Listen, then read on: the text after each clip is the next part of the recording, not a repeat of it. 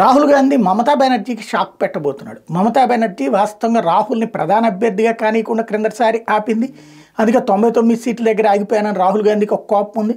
దాంతోపాటుగా ఐఎన్డీఏ కూటమిని కాంగ్రెస్ గుప్పెట్లో అంటే రాహుల్ గుప్పెట్లో ఉంచాలన్నటువంటి ప్రయత్నాన్ని మమత అడ్డుకుంటోంది. అటు అఖిలేష్ కూడా మమతను అడ్డం పెట్టుకుని రాహుల్కి ఎదురు తిరుగుతున్నాడు.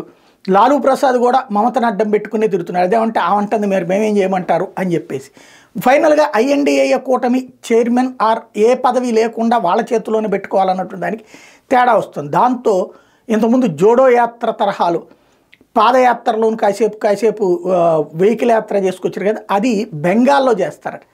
అంటే ఐఎన్డీఏ కూటమి భాగస్వామ్య పక్షమైనటువంటి మమతా బెనర్జీకి వ్యతిరేకంగా అదే బెంగాల్లో ఆయన ర్యాలీ చేస్తారట. అంటే మమతా బెనర్జీని బయటికి పొమ్మని చెప్పినట్టే, అంటే ఐఎన్డీఏ కూటమిలో చిచ్చు రేగినట్టే.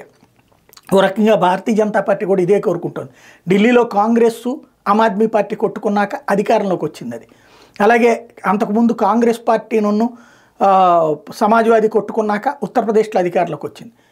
ఇప్పుడు మమతా బెనర్జీను వీళ్ళు కొట్టుకుంటే కాంగ్రెస్ చీల్చే ఓట్లతో బీజేపీ అధికారంలోకి వచ్చేస్తుందేమో.